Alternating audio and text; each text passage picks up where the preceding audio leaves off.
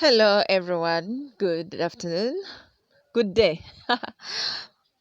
Nze Nnaalongo Nalubaale nga nsinzira no kusozitwa mirembe evuga basese muli mutya bassebo ne bannyabu mugyebale gyonna gye mutuusaako engalo balamusaako mwenna bannaffe abali emitala w'amayanja emitala w'ennyanja abali e Buganda abali e Busoga abali e Bugisu abali e Bunyolo abali e Bunyankole Rwanda, Burundi, Tanzania, Kenya, mwenna throughout Africa, mbaagala nnyo abali South Africa, abali Egypt, Cairo, abali Cote d'Ivoire, Nigeria, Ghana, mwenna bannaye amawanga tusobola gamalayo Ethiopia. Mbaagala nnyo, mugyebaleko gyonna gye mutuusaako engalo, mugyebale. Olwali njagala tulabe eddagala lyaffe egganzi oluwoko ddagala nnyo naye nga tetunalaba luwoko luno mukoneko ku kidde ekyo musubscribinge musharinge mulayikinge gwe bw'oba ng'osiimye omulimu Nnaalongo gw'azzaako ebbanga lino lyonna gwe koonako ku kigalo ekyo ekitunudde waggulu buli lw'okikonako bannaffe bamanya nti Nnaalongo omulimu gwakola abantu bagusiima basinziira ku kigalo ekyo kale bambi buli lw'olaba n'otokona ku kigalo ekyo oba towagidde bulungi mukutu bambi kikooneko ate ne munno omugambe Nnaalongo gy'ali yasomesa munnange nno atusomeseza ddala ebintu ebituyambye kubanga bangi baŋŋambye Nnaalongo ebintu by'osomesa bikyusiza obulamu bwaffe era newankubadde tetuli bagagga oba ki naye ate tuwulira essanyu ku mutima tetukyali mu mbeera eri yakubula tukyali mu nzikiza kati tukola ebintu ne tubimanya bajjajjaffe ne bajja ne boogera naffe ne tumanya nti boogedde naffe era naffe ne twogera nabo ne tumanya nti kati bakkiriza oba bagaanye kale mu ngeri ng'eyo bannange kya ttendo ekyo kyekigendererwa ky'omukutu guno okuggulawo ekkubo wakati w'omuntu ne bajjajjaabe tube nga tuwuliziganya bulungi era nga tukolagana bulungi kale nga tuzzeeyo ku luwoko lwaffe mu ddagala lye tukozesa oluwoko luno lulimu vitamin K era nga vitamin K ono bw'ekirungo ekibeera mu musaayi ekiyamba omuntu obutafukumuka nnyo musaayi eri abantu nga ye akantu kamukonako katini bwe kati n'afukumuka omusaayi omuyitirivu nga gwa lujjulungu kale vitamin K ono ayambako nnyo omusaayi ogwo okubeera nga gwangu okukwata omuntu n'aba nga tayanguwa kuggwa mu musaayi ge makulu ga vitamin K ono okubeera nga tumwetaaga mu birungo ebitambula mu mubiri gwaffe oluwoko lusannyalaza akawuka akaleeta siriimu ng'obadde olukozesezza lukasannyalaza era obumanyi obuwuka bwekyanga nnyo naye bwe kasannyalala kabaamu naye nga kaba tekakyali ka bulabe nga bulijjo lusannyalaza virus ereeta kisipi n'endwadde zonna ezifaanana kisipi gw'ofunye ebitulututu tobitegeera kizze nga kisente oluusi kajja nga katulututu kamu ne kayiwa n'obulala bungi awo ne bwetooloola awo nga buteekamu oluzzizzi oluusi obusirasira nga bukusiiwa gweffuna bufunye luwoko lukunye siigawo lusiiwamukko ng'olusiizeewo naye lwanguwa okuvumula oluwoko lusannyalaza akawuka akaleeta kansa era eri bannaffe abalina kansa oluwoko ddagala nnyo lwongera amaanyi mu basirikale b'omubiri n'okubajjanjaba era luggyamu obutwa mu basirikale ne mu butaffaali bw'omubiri olw'okulujjanjaba ensanjabavu era lujjanjaba ebisenge bya nnabaana eriyo abakyala nga bw'omala okuzaala nga nabaana amanyi okufubutukayo kino kireetebwa abakyala nga oluusi akozesezza nnyo eddagala erimenya nga lingi ne kireetera n'abaana okunafuwa oluusi n'enzaalo zino ennyingi n'aba nga bw'atuuka okuzaala mu kuvaayo kw'omwana bw'ati ne nnabaana ajjirako kale mu mbeera eyo oluwoko luno tulukozesa funa amazzi agabuguma n'oluyengeramu n'otuulamu era nabaana oyo bw'addayo munda takomawo ebyo aba abimaze oluwoko lujjanjaba ebizimba mu mubiri lujjanjaba tonsillitis fungal infections era lujjanjaba nnyo ensalika n'emisuwa ku bigere lubijjanjabira ddala obulungi ennyo eczema y'embeera y'omubiri okufuukuuka era oluwoko lujjanjaba ettalo erya buli kika. Ettalo lino bw'ogenda mu bazungu bajja kugamba nti it's an infection of any kind bo gye banaabalabye, naye nga mu Buganda wano ettalo baloga ddoge. Era ettalo ebiseera ebisinga nga linaakuluma libaako entonekeze. Oluusi oyinza okuba otambula ne weekoona, ogenda okulaba nga akantu katandikidde awo ng'okugulu kuzimbye so nga ttalo lyekwese muli. Kati ettalo eryo bwe tulifuna osooka n'omanya wa we riri. Katugeze bwe liba nga liringa mu ntumbu eno wansi, oddira akaso akaganda n'okayisaako omuzigo omuganda n'okasibira muno nga mu vviivi, kubanga ettalo litambula lisobola okwambukira ddala mu mubiri. Kati osiba akaso okutangira okuba nga lisukka awo we riri. Kati bw'omala n'ofuna oluwoko luno n'olukunya, era bw'omala okulukunya oba n'olusekula n'oluteekera mu ttaka ery'ekiswa ekifulufu. Kati n'oba ng'okola emmumbwa.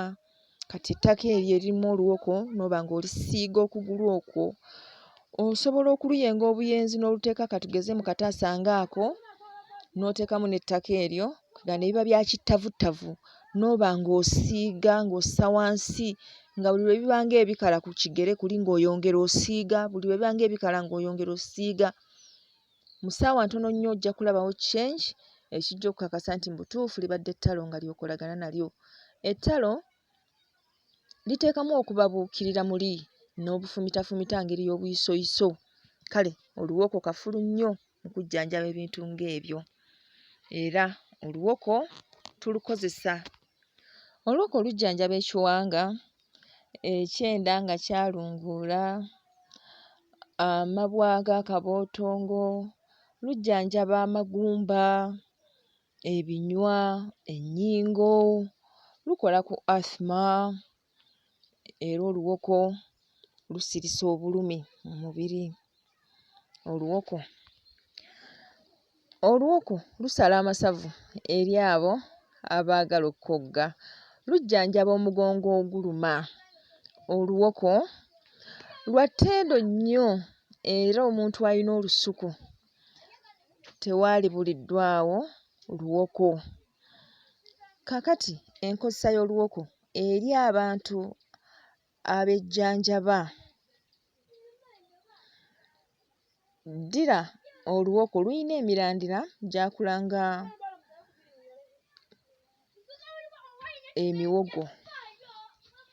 Emirandira egyo funa kkiro emu ey'emirandira gikoonekoone, teekamu lita emu ey'amazzi ffumba. Funa bbomba ey'empiso. Ng'omaze okusengejja eddagala eryo otooleko miiru emu ku ddagala eryo ly'ofumbye. Kati miiru emu ate gigabanyeemu emirundi ebiri, omanye nti ku makya onywa haafu ya mil n'olweggulo n'onywa haafu ya mil. Yeeyo ddoozi y'oluwoko. Ky'ova olaba tulukozesa on a professional level. Toyina kusussa mils 10 mu wiiki emu. Owulidde? Saagala mukozese luwoko nga muli lubuto kubanga oluwoko luggyamu embuto. Owulidde? Bwe muba mugenze mu bantu abatunda eddagala egganda kati nga Safe Organic, osobola okufuna oluwoko luno nga baluteeseteese bulungi. Kale oluwoko bwe tusukka awo, oluwoko lwambulula. Ewaka katugeze nga wabaddewo amalogo agasindikiddwawo, oluwoko olwo tulwongereza mu ddagala eryambulula awaka, naye nga lukozesebwa at a professional level. Era oluwoko olwo there is a time lwe tuba tulina okulunaaba, era professional y'alina okulikomendinga naga nti kati naaba ku ki? Naaba ku luwoko. Bano bangenda kunywa luwoko oyina kubanga okolagana na professional. Ng'okolagana ne professional okuba ng'okola ki? Okozesa oluwoko. Bano batuggyamu embuto bannange temukozesa luwoko, lujja kubatta. Oluwoko temulukozesa kujja mu mbuto. Oluwoko tolukozesa ng'oyagala kujja mu lubuto, kujjako ng'olina professional gw'okolagana naye, otherwise tewalina nsonga lwaki ojja mu lubuto. Muzaale, kikulu nnyo okuzaala. Ensonga lwaki China etuleebyaleebya essaawa eno, bungi bw'abantu, Bwindi bungi bw'abantu n'amawanga amalala. Owulidde? Kale bannaye okuzaala si kibi, mulekeraawo okuggyamu embuto. Oluwoko luno bw'oba ng'olukozesa naddala ebweru tugambye terulina buzibu. Bw'oba ng'olina kulunywa ng'oteekeddwa okulunywa kolagana n'omukugu. Abakugu mwebali omwo mu kibuga mwebali. Mulimu beef organic, safe organic, mulimu aloe organic, bonna ba organic bali omwo batunda ddagala. Sandikuwagidde genda mu katale kwegulira luwoko no. Genda mu ba professionals nga luli professionally prepared, ogule oluwoko bakuwe dosage entuufu gy'ogenda okukozesa osobole okukozesa oluwoko. Oluwoko luno ng'olina ekikolo kyalwo nga walusimba waka, by the way lulungi nnyo okusimba ewaka. In cases omanye eriyo ebiseera abantu bagenda ne batutonera ebintu naye tosobola kumanya muntu kintu ki kyakutonedde. Abamu bakikola mu mutima omulungi ogwa nnamaddala, n'abeerawo nagamba naye Naalongo kamutwalireyo akantu kano kubanga mutuufu ansanyusa bannaye nga nkoledde. Owulidde? Neebaayo oli n'agamba nti kankamutwalira akambala akategeere, yeepanka nnyo. Kati oli n'akutonera ekintu naye ng'alina kyakuteereddemu. Kati in cases ng'olina kye weekengedde ku muntu, keebe mmere kakibe ki, omuntu asobola okuva mu kyalo ng'akwetiikidde naye nga muganda wange akuleetedde ekyakabi. Kati mu ngeri ng'eyo bw'oba olinawo oluwoko, ekintu ekyo okisuzaayo mu luwoko olwo. Okisuzaayo. Bwe kiba kirimu ekikyamu, oluwoko tulaba nga lugimu, luwotoka. Luwotokerawo era bugenda okukya nga lwawotose awo wakitadde. Era bw'okikola n'olaba nga luwotose, oba lugoye oba kyakulya oba kino n'osanga oluwoko nga lwawotose ng'obadde okiwummuzzaamu, manya bumanya kyabaddemu ekyakabi. Okitegedde mukwano? Mu ngeri ng'eyo. Eri abalimi oluwoko luno lusobola okukola nga pesticide mu nnimiro. Lusobola okugoba ebiwuka naddala mu bitooke. Oluwoko lugobera ddala ebiwuka mu bitooke.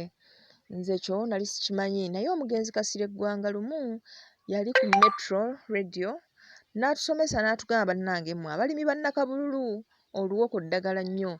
Eri ebitooke ebyo ebyengera endagala, ggwe bw'oggyawo no maama kunya oluwoko. Wali wansi mu kiteteme ng'okisimye bw'oti n'otuukira ddala ku nkolo. Simamu akannya, kunya oluwoko teekawo, bikka. Kaakati oluwoko olwo okusinziira nti oyo ye maama, lugenda kuyitira mu maama lujjanjabe abaana bano abasigaddewo era bo tebajja kulwala bulwadde obwo. Saalibabuulidde okuggyako nga nkakasa nti nakikola ne nkakasa nti kikola. Oluwoko terusaanye kuggwa mu lusuku. Luteeke mu lusuku, lusimbesimbemu wano wali, omanye nti buli lw'oyunja ettooke lyo ogera ekiseera n'ojja ekiteteme ekyo n'okiggyawo, ono maama ono n'omusimamu akannya n'oteekamu oluwoko olwo.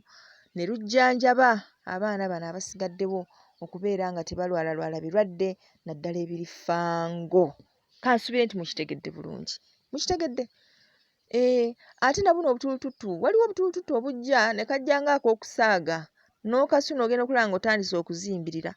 Tonnyezaawo oluwoko. Tonnyezaawo oluwoko. Tolwa. Kale amakulu nti awaka awo simbawo ekikolo kyaki? Ekikolo ky'oluwoko. Tokyeganya, kisimbewo, tekirina kye kigenda kukusaba. Tekijja kugamba nti oba tufuuyirire oba ki, nedda. Gwe kisimbewo kijja kubeerawo naye nga kiri kutaasa endwadde ezimu obutasajjuka naddala ezo ezitambulira mu malogologo. Kansubire nti ebintu mubitegedde bulungi. Bannaye mbaagala nnyo naye omukolo gumpuuba gwe njogerera. Balubaale baatandise dda okujja era ekiri enesese olufu lukutte buli wamu. Olufu olwo abalumanyi obulungi mumanyi abatambula nalwo era bo baripootinze dda. Kale abaneetaba ku mukolo muwawule engoye, muwawule amakanzu, muwawule amagobesi kubanga adinaye ekiri essese kyo kitinta. Kale bannaye mbaagala nnyo bamikwano, mbaagalira ddala obuteerekereza. Akuume atakuumira mpeera weewaawo.